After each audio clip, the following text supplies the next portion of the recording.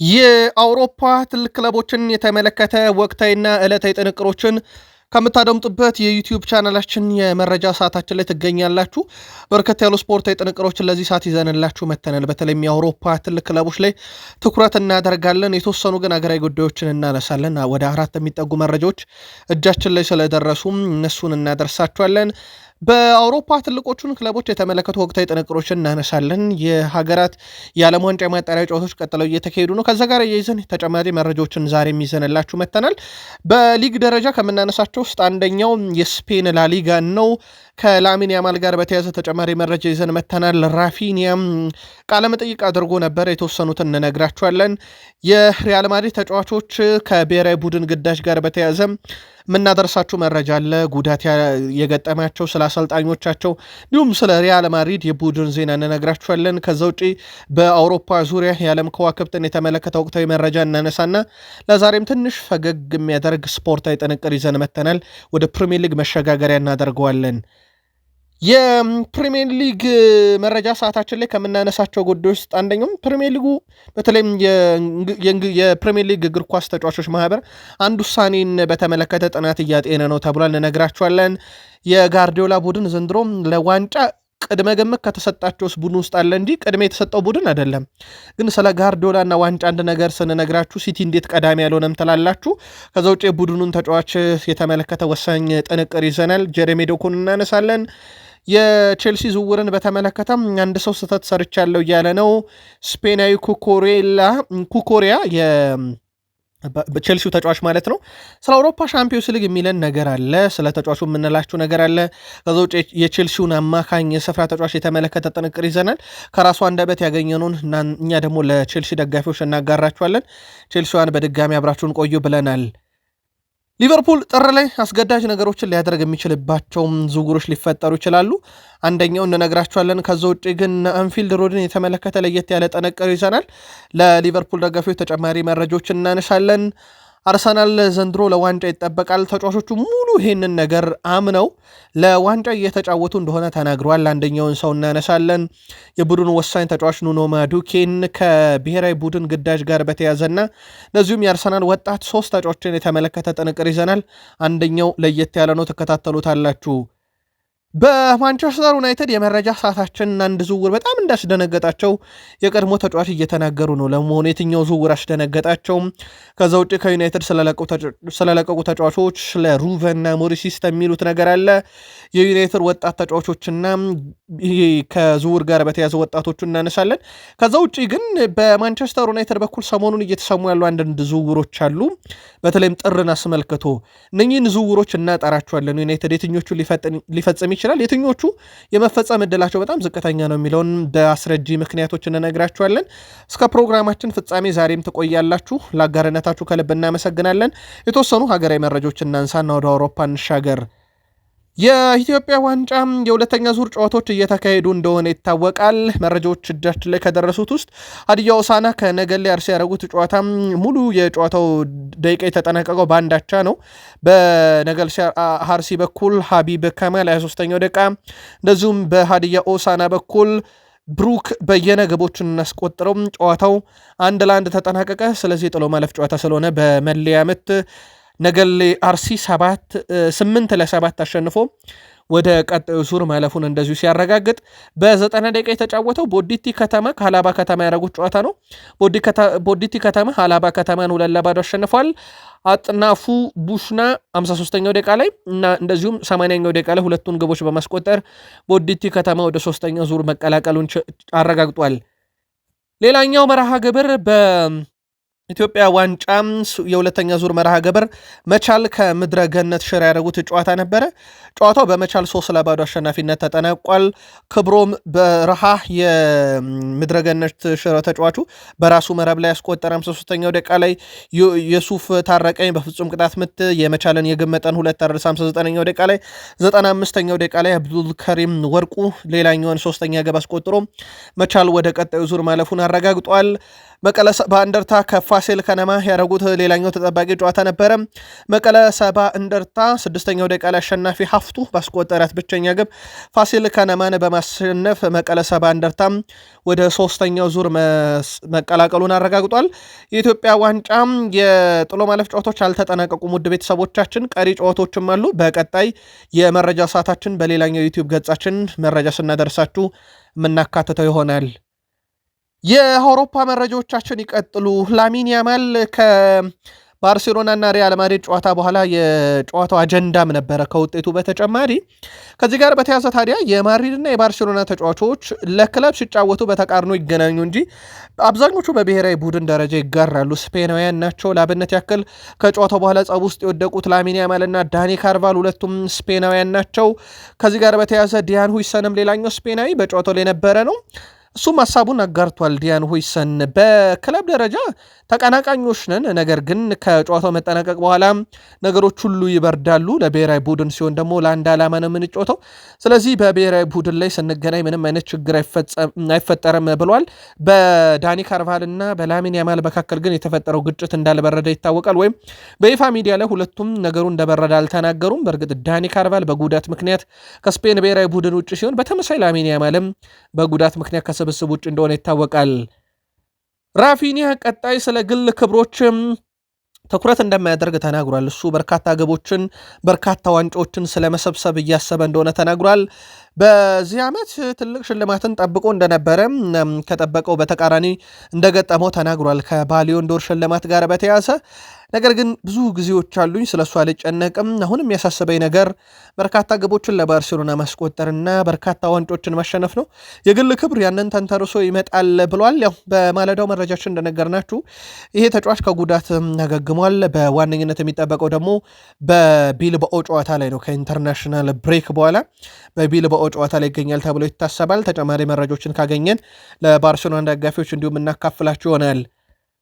የሪያል ማድሪድ ተጫዋቾች በብሔራዊ ቡድን ግዳጅ ላይ ለአብነት ያክል ቲቦት ኮርቷ በጉዳት ምክንያት ስብስቡን ለቆ እንደወጣ ይታወቃል። በቤልጅየም ብሔራዊ ቡድንን በኩል ከስብስቡ ጋር እንደማይገኝ ያስታውቋል። ስለዚህ በሪያል ማድሪድ ነው የሚቆየው ማለት ነው። የማገገም ሂደቱን እስኪጨርስ ድረስ ለየትኛው ጨዋታ ይደርሳል በሚለው ጉዳይ ላይ ግን እስካሁን ከሪያል ማድሪድ የሕክምና ቡድን አባላት የወጣ መረጃ የለም። ብሔራዊ ቡድን ላይ ነን። ቬኒሲየስ ጁኒየር በብራዚል ብሔራዊ ቡድን አሰልጣኝ ዙሪያ ሀሳቡን አጋርቷል። በጣም አስገራሚ ነገር ያው ካርሎ አንቸሎቲ በሪያል ማድሪድ አሰልጣኙ ነበሩ። አሁንም በብራዚል ብሔራዊ ቡድን አልተለያዩም። እሳቸው ከክለብ ወደ ሀገር ቢሸጋገሩ ቪኒሲየስ ጁኒየር ስለ ካርሎ አንቸሎቲ ሀሳቡን አጋርቷል። አንቸሎቲ በክለብ ውስጥ ሲያደርገው የነበረው አሁንም እያደረገ ነው። በራስ መተማመን እየጨመረ ነው። ሁሉም ሰው ምቾት እንዲሰማው እያደረገ ነው። እያንዳንዱ ተጫዋች ምርጥ ብቃቱን በቦታው እንዲያሳይም ይረዳል። የብራዚል ሕዝብ ሁሌ ደስተኛ ሆኖ ማየትን ይፈልጋል። ለዛ ጠንካራ ስራዎችን እየሰራ ነው ተብሏል። እንደውም ካርሎ አንቸሎቲ የሪያል ማድሪድ ተጫዋቾች አንዳንድ ስርዓት አልበኝነታቸውን አልገቱም። ያ ደግሞ አሁን ለዣቪ አሎንሶ ፈተና ሆኗል ተብለው ሲወቀሱ ነበር። ቪኒሲየስ ጁኒየር ግን ምርጥ አያያዝ ነው ያላቸው ብሎ የቀድሞ የክለብ አሰልጣኝ አሁን የብሔራዊ ቡድን አሰልጣኙን አወድሷል።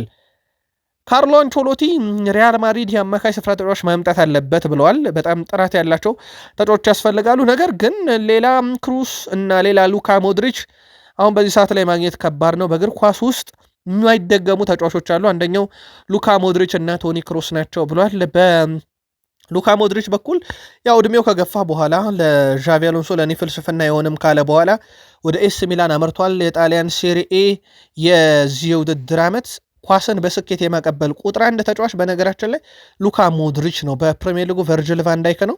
በጣሊያን ሴሪ ደግሞ ሉካ ሞድሪች ነው። በጣም አስደናቂ ጊዜን እያሳለፈ ነው። እሳቸው በፍጹም አይደገምም። ግን አማካይ ክፍሉ ላይ ማድሪድ የተወሰኑ ተጫዋቾችን ማምጣትና ቶኒ ክሮስ እና ሉካ ሞድሪች ቦታ መሸፈን አለበት ብለዋል። ሁስኮርድ ከፍተኛ ሬቲንግ በማግኘት ከእንግሊዛውያን ተጫዋቾች ቅድሚያውን የሰጠው ለእንግሊዙ የፊት መስመር አጥቂ ሃሪኬን ነው። እንግሊዛውያንን ብቻ ተጫዋች በተመለከተ ነው። በ25-26 የውድድር ዓመት በአውሮፓ አምስት ታላላቅ ሊጎች ከሚጫወቱ እንግሊዛውያን ሁሉ ሃሪኬን ትልቁ ሬቲንግ የተሰጠው ተጫዋች ሆኗል። በነገራችን ላይ ባርሴሎና በተረጋገጠ መንገድ ነው ውድ ቤተሰቦቻችን፣ ይሄ ሩመር ምናምን ሳይሆን የተረጋገጠ ሃሪኬንን ፈላጊ ናቸው። ሮበርት ሌዋንዶስኪን እንዲተካ ማለት ነው። ትልቁ ጥያቄ በባርሴሎና ደጋፊዎች ዘንድ ያለው የእድሜው ጉዳይ ነው። 30 ዓመት ያለፈውን ተጫዋች ሌላ 30 ዓመት ውስጥ ያለን ተጫዋች ለመተካት ማምጣት በሚለው ጉዳይ ነው። ምናልባት ከፋይናንስ ደረጃ ወይንስ ኤክስፒሪየንሱን ለመጠቀም ሌላ ጉዳይ ነው። ግን ከእንግሊዛውያን ተጫዋቾች ከፍተኛ ሬቲንግ የተሰጠው አሁን ሃሪኬን ነው። ሁለተኛ የአርሰናሉ ዴክላን ራይስ፣ የኤቨርተኑ ጃክ ግሪሊሽ፣ የፓላሱ ማርክ ጉዌ፣ የአርሰናሉ ቡካዮ ሳካ፣ የሪያል ማድሪዱ ጁድ ቤሊንግሃም እያለ ይቀጥላል እስከ 10ኛ ደረጃ ድረስ እነ ቻርል ክሪስዌል፣ እነ ትሮቫ ቻሎቫ፣ ፊል ፎደን፣ ማርከስ ራሽፎርድ 10ኛ ነው ያለው ከፍተኛ ሬቲንግ በማግኘት ማለት ነው። እንግሊዛዊ ሃሪኬንን ግን ከፍተኛውን ሬቲንግ በማግኘት ከእንግሊዛውያን ተጫዋቾች የሚስተካከለው የለም። ሜሲ በአሰልጣኝነት ብዙ ባጠብቁኝ ብሏል። ከዚህ በኋላ በእግር ኳስ ማብቂያው ላይ ደርሷል ለሚባለው ሜሲ ግን ደግሞ እስከ 28 በኢንተር ማያሚ ኮንትራት የፈረመው ዳግም በባርሴሎና መለሳለው ምናልባት በተጫዋችነት ሊሆን ይችላል ብሎ በገደምዳሜውም ቢሆን የሰጠ ግን ያልተረጋገጠ ይህ ተጫዋች ታዲያ ሊዮኔል አንድሬስ ሜሲ እግር ኳስን ሲያቆም ከአሰልጣኝነት ይልቅ የክለብ ባለቤትን እንደሚመርጥ አስታውቋል። ክርስቲያኖ ሮናልዶም በእርግጥ ከዚህ የራቀ ሀሳብ አይደለም ያለው። ከአሰልጣኝነት ይልቅ የክለብ ባለቤትን መሆን ሞር ደግሞ ወደ ፊልሙ ኢንዱስትሪ ሊያዘነብል እንደሚችል መረጃዎች እየወጡ ነው። አንድ ፊልም ሰርቷል የሚሉ መረጃዎችንም በአንድ ሰሞን ተመልክተን ነበር ከክርስቲያኖ ሮናልዶ ጋር በተያያዘ። ለማንኛውም ሜሲ በአሰልጣኝነት እንዳጠብቁኝ እያለ ይገኛል። ንጎሎ ካንቴ ለፈረንሳይ ብሔራዊ ቡድን ተጠርቷል። የዲዲየር ዴሾፕ ዋነኛ ምክንያታቸው ደግሞ አማካይ ክፍሉ ላይ ሚዛን ለመጠበቅ ነው ተብሏል። 6 ቁጥር ቦታ ላይ በንጎሎ ካንቴ ደረጃም ተጫዋች አጥተዋል። የ34 ዓመቱ ተጫዋች ከአሊታድ መጥቷል። አሁን ትልቁ ጥያቄ ለዓለም ዋንጫ ለማለፍ እየተጠቀሙት ነው ተጫዋቹን 6 ቁጥር ቦታ ላይ ያው የፈረንሳይ ብሔራዊ ቡድን በጣም በወጣቶች የተሞላ ነው። በዛ ላይ ደግሞ ቴክኒካል ብቃታቸው የሚጣል አይደለም። በጣም አስደናቂ ቴክኒካል ብቃት አላቸው። ግን ደግሞ ይህን ቴክኒካል ብቃታቸውን በዲስትሮየርነት እንዲያግዝ ወይም ይሄ ተቃራኒ ቡድን ኳስ ይዞ መጥቶ ያንን የሚያበላሽ አይነት ተጫዋች የተቃራኒ ቡድንን ጨዋታ የሚያበላሽ ኳስን የሚነጥቅ ሸርተቴ የሚወርድ ተጫዋች ፈልገዋል ዲዲየር ዴሾፕ ደግሞ። ለዚህ ደግሞ አማካይ ክፍሉን ሚዛን የሚጠብቅላቸውን ካንቴን ጠርተዋል። አሁን ትልቁ ጥያቄ ካንቴ ለፈረንሳይ ብሔራዊ ቡድን ለ26 የዓለም ዋንጫ ሀገሩ የምትበቃ ከሆነ በቀጣይነት ይጠራል ላይጠራ የሚለው ነው። በርካታ ፈረንሳውያን ግን የዲዲየር ዴሾፕ ተቀዳሚ ምርጫ ሆኖ መጠራቱ አይቀርም እያሉ ይገኛሉ። ከጉዳት ነጻ የሚሆን ከሆነ የፕሪሚየር ሊግ መረጃችን በፊት አንድ ፈገግ የሚያደርግ በተለይም የብራዚሊያንን ተጫዋቾች የተመለከተ ለየት ያለ መረጃ እናደርሳችሁ ውድ ቤተሰቦቻችን። የብራዚል እግር ኳስ ተጫዋቾች ሜዳ ላይ ምርጥ ናቸው፣ ከሜዳም ውጭ አነጋጋሪ ናቸው። ለአብነት ያክል የሪያል ማድሪዱን ኤደር ሚሊታውንና እንደዚሁም ሌላኛውን የሀገሩን ልጅ ሊዮ ፔሬራን የተመለከተ መረጃ እንንገራችሁ። በጣም ፈገግ የሚያደርግ ነው። ሊዮ ፔሬራ በነገራችን ላይ የሚስት አድርጎ ያገባት የቀድሞ የኤደር ሚሊታውን ሚስት ነው። አሁን ደግሞ ኤደር ሚሊቶ መልሶ የሊዮ ፔሬራን ሚስት አግብቷል የቀድሞ።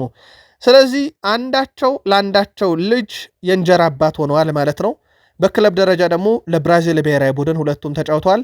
ለፍላሚንጎ ተጫውተዋል ለሊዮ ፔሬራ። ለሪያል ማድሪድ ሲጫወት ደግሞ በደንብ እናውቀዋለን ኤደር ሚሊታውን። ሁለቱ ሚስት ተነጣጥቀው አንዳቸው ለአንዳቸው የእንጀራ አባት ለልጅ የእንጀራ አባት ሆኗል። በጣም አስገራሚ ነው ነገርየው። ቀድሞ ያደረገው ግን ያንን ሊዮ ፔሬራ ነበረ። በጣም መረጃው ስላስገረመን ወደ ፕሪሚየር ሊግ መሸጋገሪያ እናደርገው ብለን ነው። የፕሮፌሽናል እግር ኳስ ተጫዋቾች ማህበር ፒኤፍኤ ዋና ስራ አስፈጻሚ ማሄታ ሙላንጎ የደሞዝን ገደብ ተግባራዊ ከሆነ ፕሪሚየር ሊጉ ላይ ህጋዊ እርምጃ እንደሚወስዱ አስፈራርተዋል። ታዲያ አሁን ላይ ተግባራዊ ለማድረግ እንቅስቃሴ ተጀምሯል የሚሉ መረጃዎች በስፋት እየወጡ ነው። ፕሪሚየር ሊጉ በሀገሪቱ ያሉ ክለቦች ላይ የደሞዝ ገደብ ሊያስቀምጥ እቅድ ይዟል የሚል መረጃ ከወጣ በኋላ ነው። በእርግጥ ተግባራዊ ለማድረግ የመጨረሻ ውሳኔ አልተወሰነም። በመረጃ ደረጃ ግን በርካታ መረጃዎች እየወጡ ይገኛሉ። የእንግሊዝ ፕሪሚየር ሊግ የገቢና ወጪን ማስተካከል በአውሮፓም ዙሪያ ተግባራዊ የተደረገ ወጪና ገቢን ማስተካከል የሚለው ህግ እንዳለ ሆኖ አሁን ደግሞ በተጨማሪነት የደሞዝ ጣሪያን ለተጫዋቾች ለማስቀመጥ እቅድ አለ እየተባለ ነው። ያም የሚሆን ከሆነ ደግሞ የፕሮፌሽናል እግር ኳስ ተጫዋች ማህበር ጉዳዩን እቆጣጠራለሁ፣ ህጋዊ እርምጃም ወስዳለሁ ተግባራዊ የሚደረግ ከሆነ ብሏል። ፔፕ ጋርዲዮላ ቡድን ሲቲ ዘንድሮ ለዋንጫ ቅድመ ግምት ከተሰጠው ቡድን ውስጥ አለ፣ ግን ቅድመ የተሰጠው ቡድን አይደለም። ግን ደግሞ በጣም የሳቸውን አስገራሚ መረጃ እንንገራችሁ። የባርሴሎና አሰልጣኝ ሆነው 4 የውድድር ዓመታትን ሲመሩ አንድ ጊዜ ነው ሁለተኛ የወጡት። ከዛ በዘለለ በ2 ተከታታይ ዓመት ዋንጫ አጥተው አያውቁም። በባየር ሙኒክ 3ቱንም ዓመት ዋንጫ ወስዶበታል። በሲቲ 2 ጊዜ 3ኛ ወጥተዋል፣ አንድ ጊዜ 2ኛ ወጥተዋል። ነገር ግን በተከታታይ ከአንደኛ ውጭ ወጥተው አያውቁም። ስለዚህ የጋርዲዮላ ቡድን አምና ሁለተኛ አልወጣም፣ ሶስተኛ ነው የወጣው።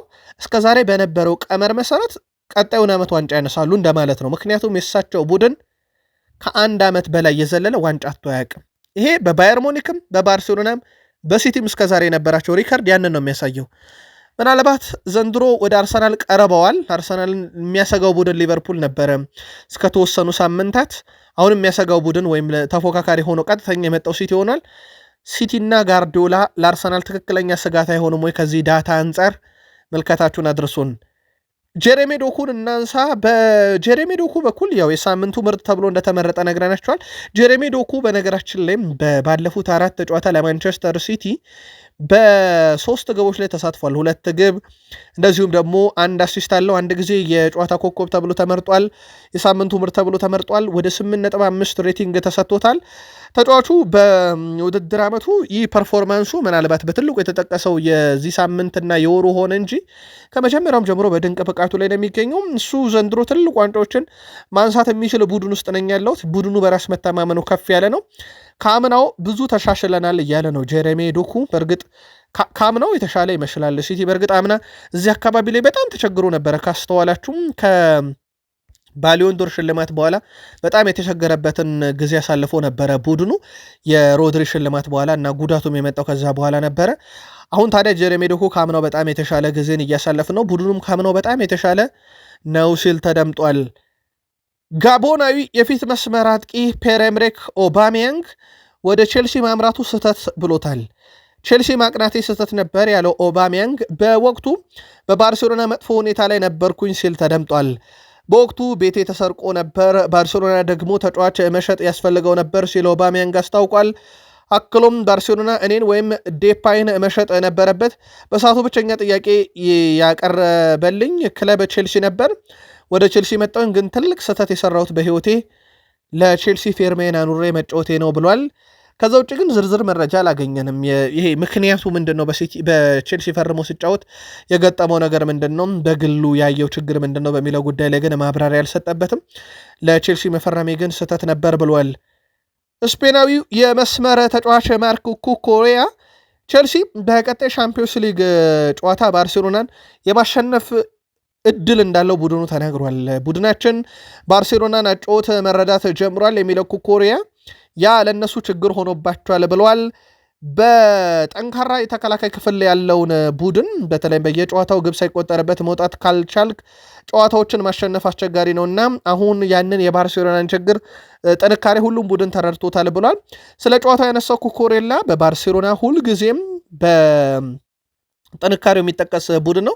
ጥሩ ተጫዋቾች ያሏቸው፣ ቀላል አድርገን አናስባቸውም ብሏል። አክሎም ከባድ ጨዋታ ይሆናል ሲል እኛም ለዛ ጥሩ ዝግጅት አለን፣ ጥሩ ቡድን አለን፣ በጥሩ ሁኔታ ላይ ነን፣ ጥሩ ጨዋታ ይሆናል፣ 3 ነጥብ ማግኘት እንችላለን ሲል ተደምጧል። ከአንድ የፕሪሚየር ሊግ ጨዋታ በኋላ ከኢንተርናሽናል ብሬክ ማለት ነው። ቀጥሎ የምንመለከተው የአውሮፓ ሻምፒዮንስ ሊግ ምሽት ጨዋታ እንደሆነ ይታወቃል። ከዚህ ጋር በተያዘ ማይክል ኦሊሴን በተመለከተም የባየር ሙኒኩ ተጫዋች ነው። በተቃራኒው ብዙ ተጫዋቾችን ገጥም ያለው ነገር ግን ፊት ለፊቴ ቆመው ከተጋፈጡኝ ተጫዋቾች ሁሉ በጣም ጠንካራው ማርክ ኩኩሬያ ነው ብሏል። ከበርካታ ተጫዋቾች ብገናኝም ግን የሱ ጥንካሬ ፍጹም የተለየ ነው ብሏል። አሁን በኩኩሬያ ሐሳብ መሰረት ባርሴሎና እናሸንፋለን ሲል ከፊቱ የሚጋፈጠው ተጫዋች የሀገሩ ልጅ ላሚን ያማልን ነው።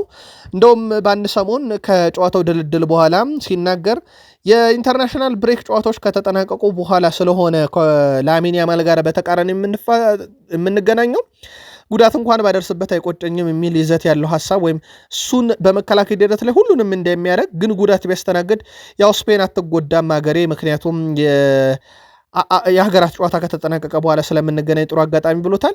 ኦሊሴም እንግዲህ መስክሯል። ኩኩሬያ በጣም ጠንካራው ድሪብል ለማድረግ በጣም አስቸጋሪው ተጫዋች ነው ብሏል። ላሚን ያማል የሀገሩን ልጅ እንዴት ድሪብል አድርጎት ግብ ያስቆጥራል ወይ አሲስት ያደርጋል ከኢንተርናሽናል ብሬክ በኋላ የምንመለከተው ጨዋታ ነው። አንድሬ ሳንቶስ በዘንድሮ የውድድር ዓመት እንግዲህ በቼልሲ ቤት ይገኛል። አምና በስትራስቡርግ በውሰት ነበረ ያሳለፈው። አሁን ተጫዋቹ ወደ ቼልሲ ከመጣ በኋላ ግን ለቦታው ጠንካራ ፉክክር እንደገጠመው ተናግሯል። ከኤንዞ ፈርናንዴስ እና ሞይሰስ ካይሴዶ እነኚህ በጣም ምርጥ የአማካይ ስፍራ ተጫዋቾች ናቸው በፕሪሚየር ሊጉም በተለይም ደግሞ ቡድን ውስጥ ጠንካራ ናቸው። በአውሮፓም ዙሪያ ምርጥ ናቸው። ከነኚህ ጋር ነው ፉክክሩ። በእርግጥ ጤናማ ፉክክር ነው። ከእነሱ ጋር በጣም ቅርብ ነኝ። በየቀኑ ብዙ ነገር እየተማርኩኝ ይገኛለው። ብዙ ልምድም እያገኘው ይገኛለው። የሆነ ሰዓት ላይ በደንብ ማቹር እንደመሆን ተስፋ አደርጋለሁኝ ብሏል። እናም የቡድን ቁልፍ ተጫዋች መሆን እንሻለው ብሏል። በማሬስካ ቡድን ውስጥ ግን ከሁለቱ ተጫዋቾች ቀላል ፉክክር እንደሌለ ገልጿል። ከሞይሰስ ካይሴዶ እና ከኤንዞ ፈርናንዴስ በእርግጥ እድሎች እየተሰጠው ይገኛል። በማሬስካ ስር በርካታ ክለቦች ፈልገውት ነበረ በክረምት ላይ ግን ቼልሲ ተጫዋቹን ከመልቀቅ ይልቅ በዛው በቼልሲ ይሄ የውሰት ውሉን ጨርሶ ሲመጣ በስትራስቡርግ በዛው በቼልሲ እንዲቆይ እንዳደረጉት ይታወቃል። ሊቨርፑል አስገዳጅ ዝውውሮችን ጥር ላይ ሊያደርግ የሚችልበት ሁኔታዎች ሊፈጠሩ ይችላሉ። በተለይም የቡድኑ የወጥነት ችግር፣ የኢብራሂማ ኮናቴ ከጉዳት እየታገሉ በጨዋታ ላይ መገኘት፣ እንደዚሁም ጆቫኒ ሊዮን ጉዳት፣ እነኚህ ጉዳዮች በሙሉ ለሊቨርፑል አስገዳጅ ዝውውሮችን እንዲያደርግ ያስገድዱታል። ከዚህ ውስጥ አንደኛው በክረምት ሊያስፈርሙት ሁሉ ነገር ጥንቅቅ ብሎ ተጠላንቆ የነበረው ማርክ ጉዌ ጉዳይ ላይ በጥር ዳግም ይመለሳሉ ተብሎ ይታሰባል። ያው ገንዘቡ እንደ ክረምት ላይ ወደድባቸው ይችላል። አሁን ትልቁ ጥያቄ ፓላስ በክረምት ያልሸጠው ከተተኪ ጉዳይ ጋር በተያዘ እንጂ የገንዘብ ጉዳይ ስምምነት ደርሰው ሕክምና ምርመራውንም እንዲያደርግ ፍቃድ ሰጥተውት እንደነበረ ይታወቃልና ይህንን ተጫዋች ለማምጣት አሁንም ድጋሜ ለሊቨርፑል ስጋት የሚሆነው ገንዘብ ሳይሆን ፓላስ ተተኪ ያገኛሉ የሚለው ነው። የማርክ ጉዌ ብቃት ደግሞ ምንም ጥያቄ ውስጥ የሚወድቅ አይደለም። በፓላስ ቤት ግብ ያስቆጥራል፣ ይከላከላል። ለእንግሊዝ ብሔራዊ ቡድን ተደጋጋሚ ጥሪ እየደረሰው ነው። ምናልባት ሊቨርፑል ሲሄድ ይህ ጥሪ በወቅታዊ ብቃት ምክንያት በሊቨርፑል ያመልጠው ይሆን ወይንስ ሊቨርፑል በራሱ በጥር ለማስፈረም የሚቸገር የሆነው የሚለው ትልቅ አጀንዳ ነው። ለማንኛውም ቀጣይ ሊቨርፑል እንደዚህ አይነት ዝውውሮችን ዳግም ሊያጤናቸው ይችላል። ሊፈጸም የሚችልበት ሰፊ እድል አለ እያለ ነው መረጃው። የሊቨርፑል እኮ ነው። የእንግሊዝ የ28 የአውሮፓ ዋንጫ አዘጋጅነትን በማለዳው መረጃችን ነግረናችሁ ኦልትራፎርድ እዚህ ውስጥ የለም ብለናችኋል። ምክንያቱ እድሳት ነው። ኢትሃድ ግን ይገኛል። 5 ጨዋታ ያስተናግዳል የመክፈቻውን ጨምሮ። ዌምብሌ የሩብ ፍጻሜና የፍጻሜ ጨዋታን ያስተናግዳል። አንፊልድ ሮድ ስቴዲየም ግን ምንም ጨዋታ አያስተናግድም። ውድ ቤተሰቦቻችን 28 የአውሮፓ ዋንጫ ሲደረግ በአራት ሀገራት አካባቢ ሲደረግ ዩኬ ውስጥ አንፊልድ ግን አንድም ጨዋታ እንዲደረግበት ያልተመረጠ ስቴዲየም ሆናል። በጉዳዩ ላይ ግን ማብራሪያ አልተሰጠም። ምናልባት ተጨማሪ ማብራሪያ ካገኘን ለምን ይህ ስቴዲየም አልተካተተ የሚለውን ለሊቨርፑል ደጋፊዎች የምናደርሳቸው ይሆናል። አርሰናል ለዋንጫ ቅድመ ግምት የተሰጠውም በፕሪሚየር ሊጉም ከአናት የሚገኝ ክለብ ነው። ለአርሰናል የምንጫወተው ሁሌም ዋንጫ ማሸነፍ ስለምንፈልግ ነው ብሏል ዳቪድ ራያ። የአርሰናሉ ግብ ጠባቂ ዳቪድ ራያ ቡድናቸው የፕሪሚየር ሊጉን ዋንጫ የማሸነፍ ፍላጎቱ ከፍተኛ መሆኑን ተናግሯል። እኛ አርሰናሎች ነን የሚለው ዳቪድ ራያ ፕሪሚየር ሊጉን ማሸነፍ እንፈልጋለን ሲል ሐሳቡን አጋርቷል። ሁሉም ዋንጫ ማሸነፍ እንፈልጋለን፣ ለዚህ ነው ለአርሰናል የሚጫወተው ሲል ተደምጧል ዳቪድ ራያ። የፕሪሚየር ሊግ ዋንጫ ገና ብዙ መንገድ የሚቀረው መሆኑን የሚያነሳው ግብ ጠባቂው ገና 11 ጨዋታን የተደረገው ቀስ በቀስ ነው የዋንጫ ፉክሩም ከፍ እያለ የሚመጣው፣ ግን ለአርሰናል የምንጫወተው ዋንጫ ለማሸነፍ ነው ብለዋል። ዘንድሮ ያው ለቡድኑ የግዴታ ያክል የተቀመጠበት ቡድን ሆኗል። አርሰናል ዘንድሮ የፕሪሚየር ሊግ ዋንጫ አንድም ባለፉት ጥቂት ዓመታት ለፕሪሚየር ሊግ ዋንጫ ቀርቦ የነበረ ባለፉት 3 ዓመታት ሁለተኛ ሆኖ የጨረሰ ዘንድሮ ደግሞ አንድሪያ ቤርታን የመሰሉ ስፖርቲንግ ዳይሬክተር አምጥቶ በጣም የተሟላ ቡድን የገነባ ቡድን ልምድ ያለው ቡድን ሆኗል።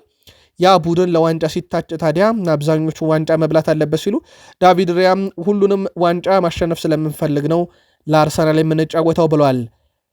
ኑኖ ማዱኬ በጥሩ ሰዎች የተሞላ ቡድን ብሎታል አርሰናልን። እዚህ ያለው ሁሉ ነገር ምናልባትም ካዩዋቸው ሁሉ ምርጡ ነው ብዬ አስባለሁ። ይህ ትልቅ መነሳሳትን ይሰጠኛል። በኤምሬትስ መጫወትን አጥብቄ ወዳለው ብሏል። የቼልሲ ንብረት ነበረ አምና በተቃራኒው አርሰናልን የሚገጥመው ማዱኬ አሁን ግን በተቃራኒው ሌሎች ክለቦችን ነው ሲገጥም የአርሰናል ተጫዋች ሆኖ ነው እሱ።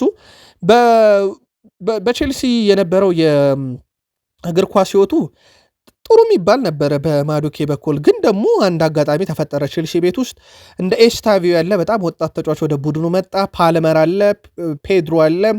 ከዛ በኋላ የጋርናቾን ዝውውር ለመጨረስ ስራ ላይ ነበሩ እነ ዣቪ ሲሞንስ ለማምጣትና በዛ ሰዓት ላይ ቦታ እንደማያገኝ ያውቆት ነበረ ማዱኬ። አርሰናል ጥያቄ ሲያቀርብለት የክለቦች ዓለም ዋንጫ የፍጻሜ ጨዋታን እንኳን መጫወት በቼልሲ አልፈቀደም። ያው የእሱ የሜዳሊያ በአሜሪካው ፕሬዚዳንት ዶናልድ ትራምፕ እንደተወሰደች ይታወቃል። ዋይት ሀውስ ነው ያለችው ሽልማቱ፣ ምክንያቱም በፍጻሜ ጨዋታ ላይ አልተገኘም። አርሰናል በጣም በጥሩ ሰዎች የተሞላ ቡድን ብሎታል። ከብሔራዊ ቡድን ጋር በተያያዘ እንደሚታወቀው የሪካርዶ ካላፊዮሪ ህመም ቢኖርበትም ብሔራዊ ቡድኑን በመቀላቀሉ ደስተኛ እንደሆኑ ተናግረዋል ጣሊያኖች። ታዲያ አሁን ጃኑሮ ጋቱሶ እና አሰልጣኙና እንደዚሁም ጃሉጂ ቡፎን የጣሊያን ተጫዋቾች ሙሉ በሙሉ ጤናማ ባይሆኑ እንኳን ብሔራዊ ቡድን ማስቀደም ያለባቸው ለዓለም ዋንጫ ማጣሪያ ቅድሚያ እንዲሰጡ አጥብቀው ተናግረዋል። ካላፊዮሪም እንግዲህ ትዕዛዝ የተቀበለ ይመስላል። መጠነኛ ህመም ስሜት እየተሰማው ብሔራዊ ቡድኑን ተቀላቅሏል። ይሄ ጨዋታ ያመልጠዋል የዚህ ሳምንት። አንድ ጨዋታ ግን ቀጣይም የጣሊያን ብሔራዊ ቡድን በምታደርገው አንደኛው ጨዋታ ላይ ይሳተፋል ተብሎ ይጠበቃል። ያው የጉዳቱ መጠን ትልቅ ስላልሆነ ማለት ነው። ጃኑሮ ጋቱሶና ጆሉጂ ቡፎን ግን ጣሊያኖች ከነጉዳታቸውን ቢሆን ብሔራዊ ቡድናቸውን ከክለብ በላይ ማስቀደም አለባቸው ብለዋል። በዚህ ሰዓት በአውሮፓ ውስጥ ታዳጊ ከሚባሉና በጣም አስደናቂ ከሚባሉ ተጫዋቾች ውስጥ አርሰናል ውስጥ የሚገኙትን ሁለቱን እናንሳ።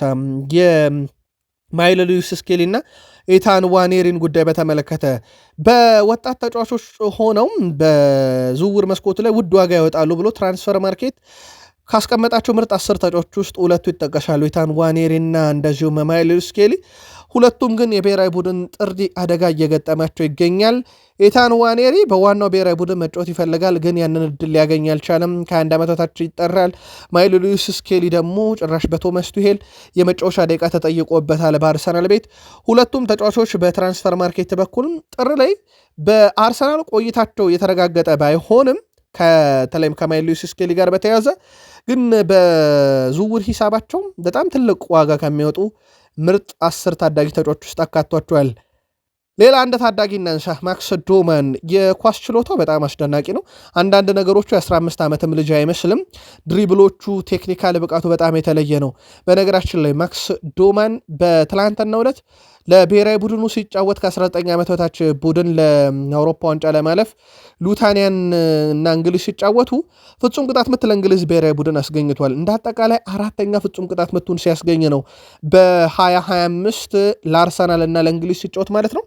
ለአርሰናል ዋናውን ቡድን ተጫውቷል። ፍጹም ቅጣት ምት የሚያስገኝ ከሆነ በዚህን ያክል ደረጃ ለሚጫወትበት ክለብና ብሔራዊ ቡድን ተጫዋቹ በጣም ቴክኒካሊ ብቃት እንዳለውና ተከላካዮች እሱን ለመያዝ የሆነ ጥፋት መስራት እንዳለባቸው የሚያሳይ ነውና የዚህ ተጫዋች ገና በ15 ዓመቱ 4ኛ ፍጹም ቅጣት ምት በሀገር ደረጃና በክለብ ደረጃ ማስገኘቱ አነጋጋሪ ሆኗል። የጨዋታ ብቃቱ ግን በበርካቶችም ዘንድ የተደነቀ ነበረ። በአርሰናል በኩል ያው ከሰሞኑ የሚደረግ አንድ የዝግ ስቴዲየም ጨዋታ እንዳለ ይታወቃል።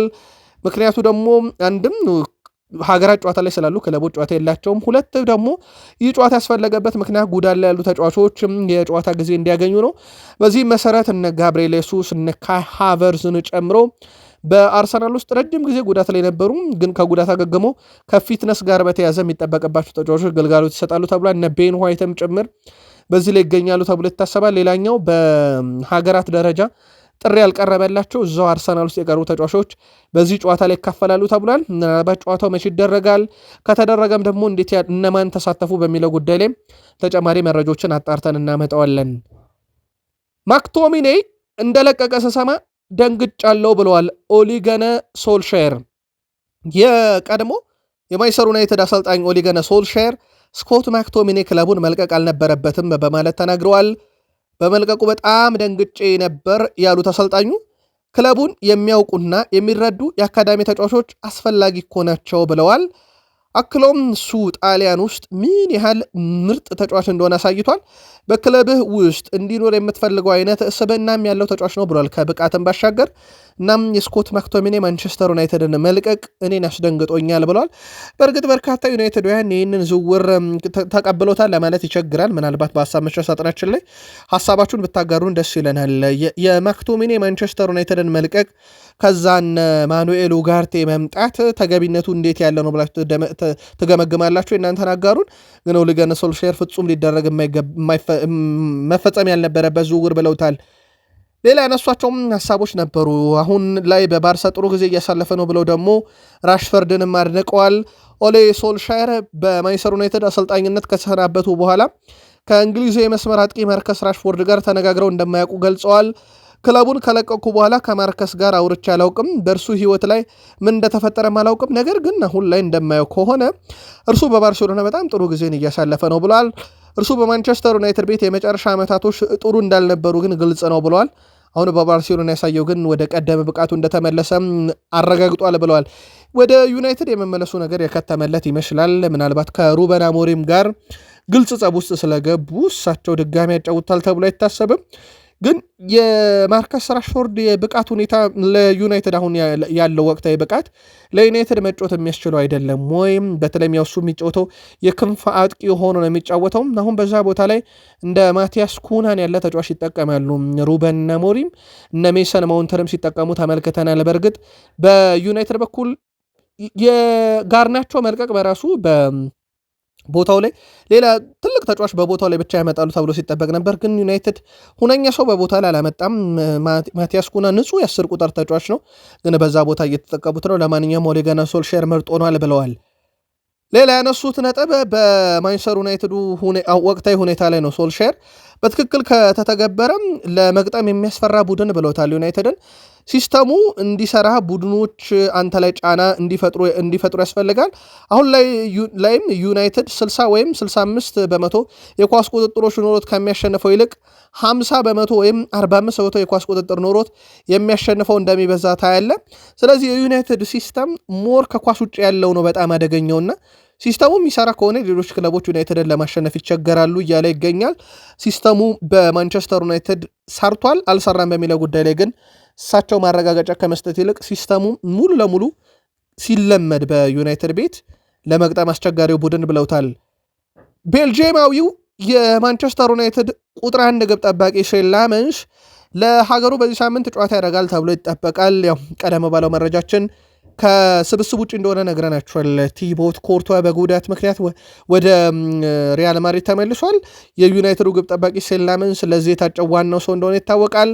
የቤልጅየም ብሔራዊ ቡድን በዚህ ሳምንት በዓለም ዋንጫው ማጣሪያ መርሃ ግብር ከካዛኪስታን እና ሊechtenstein አቻቸው ጋር ጨዋታ ያደርጋሉ። የ23 ዓመቱ ግብ ጠባቂም ከነዚህ ሁለት ጨዋታዎች በአንዱ ተሰልፎ ለሀገሩ እንግዲህ ጨዋታ ያደርጋል ተብሎ ይታሰባል። በጣም አስደናቂ ጊዜን በዩናይትድ አሳልፏል።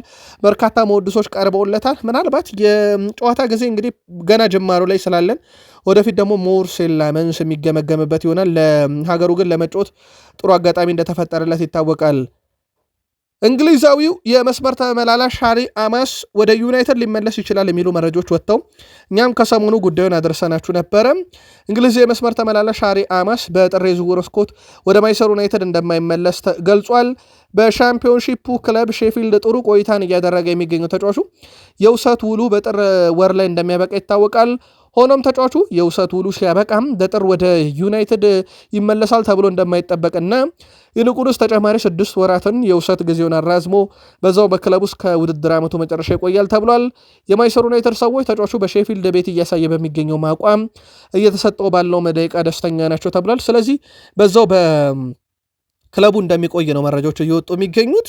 የማንቸስተር ዩናይትድ የግራ መከላከል ስፍራ ፓትሪክ ዶርጉ አሁን ደግሞ ሉክ ሾ እዛ ቦታ ላይ መጫወት የሚችልበት አጋጣሚም ተፈጥሯል። ምክንያቱ ደግሞ በሌሳንድሮ ማርቲኔዝ መመለስ ምክንያት ነው። አሁን ከአርጀንቲና ብሔራዊ ቡድን ጋር ጨዋታ እያደረገ እንደሆነ ይታወቃል። ልምምድ እያደረገ እንደሆነ ይታወቃል። ያው ጨዋታ እንኳን አያደረግም፣ ግን በዛ ቦታ ላይ ሌሎችም አማራጮች ዩናይትዶች አሏቸው። ብሪያን ቤሞ በፕሪሚየር ሊግ ከክፍት ጨዋታ በርካታ ግቦችን በማስቆጠር 12 ደርሷል። ሃላንድ 20 አለው ከክፍት ጨዋታ። በጣም አስደናቂ ጊዜን እያሳለፈ ነው። ይህ ተጫዋች በአፍሪካ ዋንጫም ሀገሩን ይወክላል። በማንቸስተር ዩናይትድ በኩል እዚህ ቦታ ላይ አማደን እንዳይጠቀሙት እሱም ወደ ሀገሩ ያመራል። በቦታው ላይ ማንቸስተር ዩናይትዶች ኢንቨርትድ ዊንገሮችን ሊጠቀሙ ይችላሉ ተብሏል። በተለይም ሩበን አሞሪም ከታዳጊ ቡድን የሚያመጣቸው ተጫዋቾችና ሌሎች በዛ ቦታ ላይ እንዲጫወቱ ሊያደርጉ ይችላሉ ተብሏል። አንደኛው ብሩኖ ፈርናንዴዝ ነው።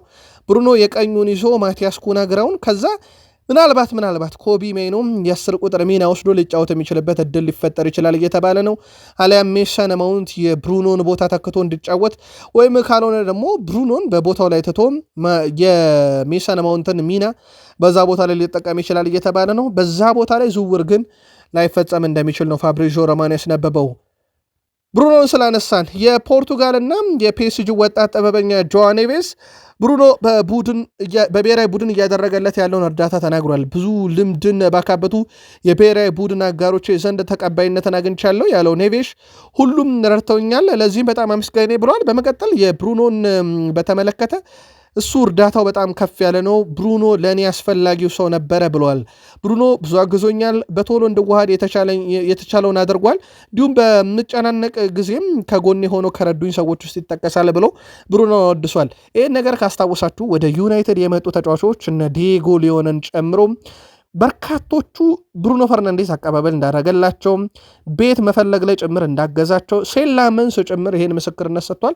ብሩኖ ፈርናንዴስ ከሜዳ ውጪም ቡድን በማስተባበር ቡድን በመምራት ያለው ሚና ከፍ ያለ ነው። ጆ ኔቬዝም የሀገሩ ልጅ ይሄን አረጋግጦለታል። ከዝውውር ጋር በተያያዘ ብዙ መረጃዎች እየወጡ ነው። ዋናው ዝውውር መረጃ ዩናይትድ ቤት የሚወጡት አንደኛው አማካኝ ስፍራ ላይ እንደሆነ ይታወቃል። ከዚህ ጋር በተያያዘ ግን የሶስቱን ተጫዋቾች ጉዳይ እናንሳ። ዩናይትድ በኩል አንደኛው የኤሊዮት አንደርሰንን ጀምር ከሱን ጀምር ኤሊዮት አንደርሰን ነው። የኤሊዮት አንደርሰን የዝውውር ዋጋ ለዩናይትድ ብዙ ላይ ከብድ የሚችልባቸው አጋጣሚዎች አሉ። አንደኛው የአንቀጽ ጉዳይ ነው። ተጫዋቹ በተለይም አሁን ኖቲንጋም ፎረስት ላለመውረድ እየታገለ ያለ ቡድን ነው። የሚወርድ ከሆነ ሁለተኛ የአውሮፓ ሻምፒዮንስ ሊግ ዩናይትድ ትኬት ቆርጦ በሰፊ ጋፕ ልዩነት በዩናይትድ እና በኖቲንጋም ፎረስት መካከል ካለ በኮንትራቱ ላይ እንደዚህ አይነት ወሰብሰብ ያሉ አንቀጾች ስለተካተቱ ዩናይትድ በዚህ መስፈርት ሊያገኘው ይችላል። ግን ደግሞ አንድ ነገር አለ። ዩናይትድ ይህን ተጫዋች ለማስፈረም በሚያደርገው ጥረት ላይ የብሔራዊ ቡድን ጥሪን በተመለከተ ነው። ብሔራዊ ቡድኑ ከእንግሊዝ ብሔራዊ ቡድን ጥሪ የደረሰው በኖቲንግሃም ፎረስት ሳለ እየተሰጠ ባለው ሚናና ነፃነት ነው። ምናልባት ይሄንን ነፃነቱን በዩናይትድ ሄዶ የሚያጣ ከሆነ እንደማይጠሩ ቶማስ ቱሄል አረጋግጠውለታልና በዚህ ምክንያት ብሔራዊ ቡድን ለመወከል ሲል ተጫዋቹ ዝውውሩን ላይቀበል ይችላል በጥር የሚለው አንደኛው ጉዳይ ነው። በካርሎስ ባሌባም ዙሪያ መረጃዎች ይወጣሉ። የካርሎስ ባሌባን ጉዳይ በተመለከተም ቤን ጃኮብስ በካርሎስ ባሌባ ዙሪያ የሚታወቀው ነገር በሲዝኑ አጋማሽ ምንም ነገር እንደማይፈጠር፣ ምክንያቱም ብራይተን የልጁን ዋጋ እስካሁን አልገለጸም። ተጫዋቹ በበኩሉ ወደ ዩናይትድ የመዘወር ጽኑ ፍላጎት አለው። በክረምት የዝውውር መስኮትም እሱን ለማስፈረም ፉክክሩ ከበዛ ዩናይትድ አስቀድሞ ብዙ ስራዎችን መስራት ቅድሚያ ያገኛል ብሏል። የባሌባና ዩናይትድ የዝውውር ሁኔታ በሲዝኑ አጋማሽ ይኖራል ተብሎ ግን እንደማይጠበቅ፣ ምክንያቱ ደግሞ ብራይተን እስከ ውድድር ዓመቱ መጨረሻ ተጫዋቹን የማቆየት ፍላጎት ስላላቸውና ቢሸጡትም በትልቅ ዋጋ በቀጣይ ክረምት ላይ መሸጥ ፍላጎት ስላላቸውም ይሄኛውም ዝውውር ጥር ላይ ለዩናይትድ በጣም አዳጋች ያደርገዋል። ከዛ በትልቁ እየተነሳ ያለው የአንጄሎ ስቴለር ዝውውር ነው። ይህም ዝውውር በጣም ከባድ ነው። በዩናይትድ በኩል ስቱትጋርቶች ትልቅ ገንዘብ ይፈልጋሉ። ይሄም የመፈጸም ዕድሉ ዝቅተኛ ነው እየተባለ ነው። አንድ ስም እየተነሳ ነው ከዚህ ጋር በተያዘ ታዲያ የአትሌቲኮ ማድሪዱ ኮነር ጋላገር። ዩናይትድ የረጅም ጊዜ ፕሮጀክት ነው በዛ ቦታ ላይ የሚፈልጉት። እንደ ኮነር ጋላገር ያለን ተጫዋች ግን በክረምት በውሰት ሞክረው አልተሳካላቸውም ከአትሌቲኮ ማድሪድ። አሁንም በጥር ዩናይትድ ሙከራ ያደርጋል ተብሎ የሚታሰበው ይህን ተጫዋች በውሰት መስፈረም እንጂ የቋሚነት ዝውውር ገንዘብ ከፍለው ማምጣት አይፈልጉም። በአመቱ መጨረሻ የሚለቁት የውሰት ዝውውርን ይፈልጋሉ። ክረምት ላይ ከነ ኤሊዮት አንደርሰን፣ ካርሎስ ባሌባ፣ አንጄሎ ስቲለር፣ አዳም ዋርተንን ጨምሮ አንድ አማካይም በትልቅ ሂሳብ ማምጣት ይፈልጋሉና የኮነር ጋላገር ዝውውር ከተፈጸመ ያለ ጥርጥር የውሰት የመሆን እድል አለው። የቤን ጃኮብስም ዘገባ ነው። ዩናይትድ በወቅታዊ ሁኔታም አማካኝ ክፍሉ ላይ ለማጠናከር በሚደረገው ሂደት ላይ ያሉ አሁን ተጨባጭ የሚባሉ መረጃዎች እነኚህ ናቸው። በቀጣይ መረጃችን ላይ ግን ተጨማሪ መረጃዎችን ካገኘን ይዘንበት እንመጣለን። የአሁኑን እዚህ ጋር እናብቃ።